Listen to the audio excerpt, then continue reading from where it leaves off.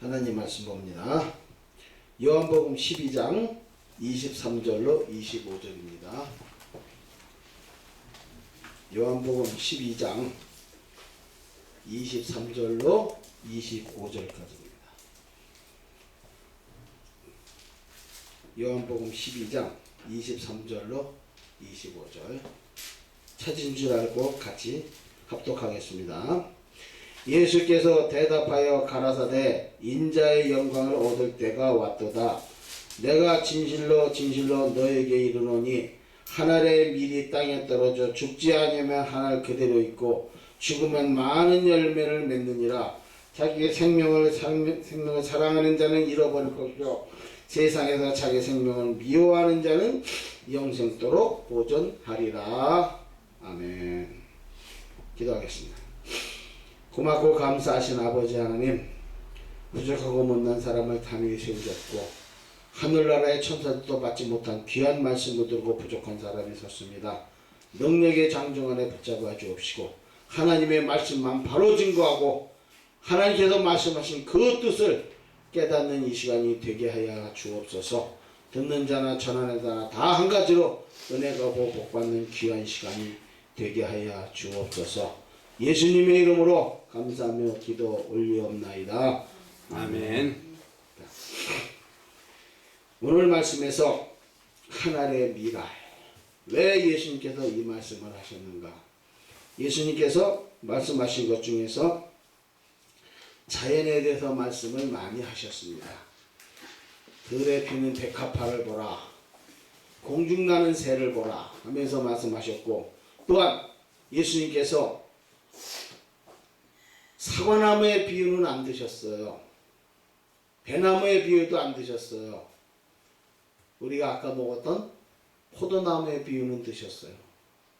예수님께서 그럼 왜 포도나무의 비유를 드셨는가?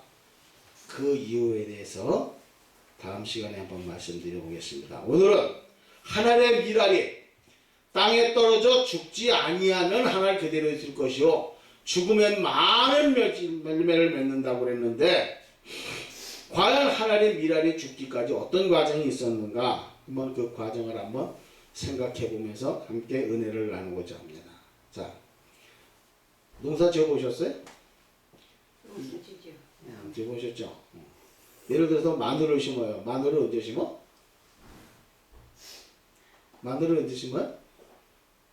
11월 중순이 지나서 거의 하순쯤 돼서, 그죠? 땅이 설이 내리면서 땅이 얼기 전에 그때 심어요. 그래요. 마늘을 심고 나서는 그 위에다가 볏짚을 덮어요. 그죠? 볏짚을 덮거나 왕개를 뿌려서 덮어요. 그거 왜 덮어요? 그거 왜 덮는 것 같아요?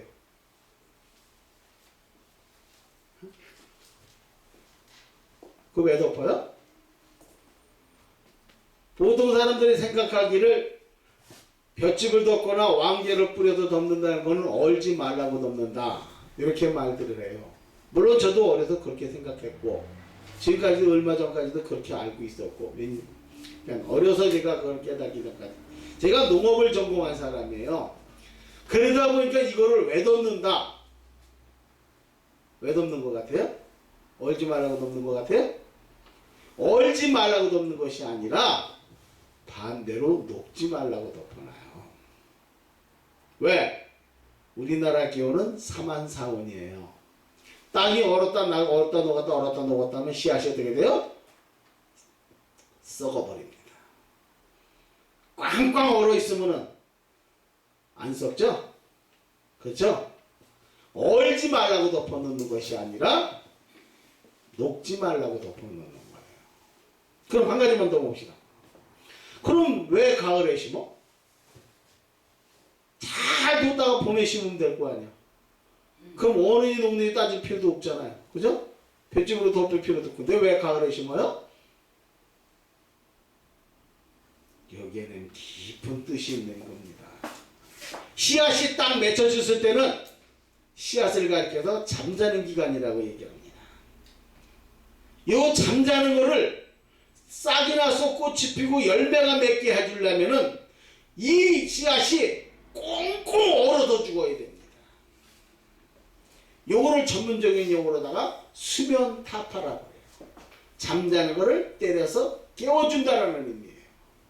오늘 말씀에도 하나님의 미라는 땅에 떨어져 그냥 죽는 것이 아니라 땅속에도 추운 땅속에도 꽁꽁 얼어서 고통 중에 죽어요. 이랬을 때 이것이 싹이 나서 꽃이 피고 열매가 맺는 겁니다. 오늘 주님께서 오늘 말씀 가운데서 하나님의 미라는 우리 주님을 상징하는 것이고 하나님의 미라에 많은 열매를 맺는다는 것은 우리 주님께서 부활하셔서 우리의 첫 열매가 될 것을 말씀해 주고 있는 겁니다. 우리 주님께서 어떻게 돌아가셨어요? 십자가 달려서 모진 고통 속에 돌아가셨잖아요. 그 얼마나 고통스러웠으면 십자가에 달려서 나바사막단 엘리엘리 라바사막단이 하면서 나의 하나님 나의 하나님 어찌하여 나를 버리시랄까 하고 하늘을 향해 호소하셨겠습니까? 그 예수님께서 목마르다 말씀하시니까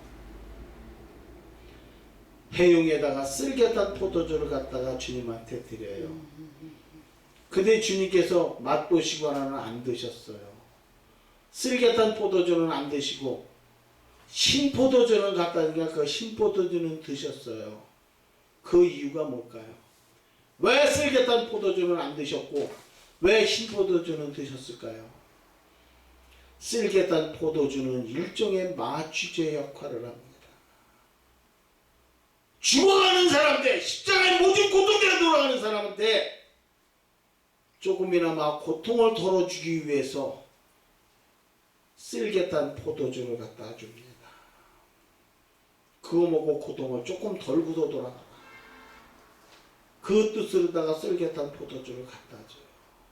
그때 우리 주님께서는 맛보시고 드시지 않으셨어요. 만약에 예수님께서 쓸개탄 포도주를 드시고 고통을 덜고 돌아가셨다면 그 고통 누가 당하게 됩니까? 바로 저와 여러분이 당해야 되는 겁니다. 주님께서 우리의 모든 즐거움, 모든 고통을 다 당하시고 십자가의 모진 고통 속에서 돌아가셨던 겁니다. 오늘 말씀에서 하나님의 미라는 바로 그겁니다. 예수님께서 모진 고통 속에서 돌아가셨고 돌아가신 후에 3일 후에 부활하셔서 우리의 처음 열매가 되신 겁니다. 그럼 예수님께서 부활하신 것이 사실이냐 아니냐 그 의미를 한번 따져보세요. 많은 사람들이 예수님께서 부활하셨다는 것에 대해서 설명을 해봐라 그러면 설명을 잘 못합니다. 성경에 있으니까 성경은 거짓이 없으니까 성경은 오래된 역사적인 그 선지자들의 기록된 책이니까 하나님의 말씀으로 감동으로 된 책이니까 거짓이 전혀 없다라고. 물론 전혀 지금 경영은 거짓은 전혀 없죠. 그렇지만 안 믿는 사람들 입장에서 보면 조금 좀 공색적인 변명이 돼요. 그렇지만은 저는 아까도 말씀드렸지만 이 원적의 선이 생육광선이다, 생명의 부활 광선이다라는 걸 말씀드리면서 전도하면서 또 하나 예수님께서 부활하신 것이 사실이라는 걸 구체적으로 설명을 해줘요. 그러면 사람들이 그거를 믿어요. 그 말을. 간단하게 말씀드린다면 우리 옛말에 그런 말이 있죠. 유유상종이다. 또한 끼리끼리 모인다라는 말이 있어요. 그럼 예수님께서 부활하신 것이 사실이냐 아니냐 따져보려면 예수님의 옆에 있던 제자들을 한번 보세요. 어떻게 됐나. 우리 입말에 어떤 사람이 좋은 사람이 나쁜 사람이냐 보려면 그 사람 주위에 모이는 사람들의 친구들을 보라는 말이 있습니다. 그 사람이 깡패면 주위에 건달들이 모일 것이요. 그 사람이 술꾼이면 술 친구들이 옆에 모일 것이요. 그 사람이 노름이꾼이면 노름하는 사람들이 주위에 모입니다. 장사꾼이면 장사하는 사람들이고 농사꾼이면 농사하는 사람들이 모입니다. 예수님께서 부활하신 것이 사실이냐 아니냐 따져본다면 예수님의 옆에 있던 제자들을 한번 보세요. 제자들이 어떻게 됐어요? 다 나가서 나가서 복음을 전하다가 목숨을 걸고 복음을 전하다가 순교하지 않았습니까?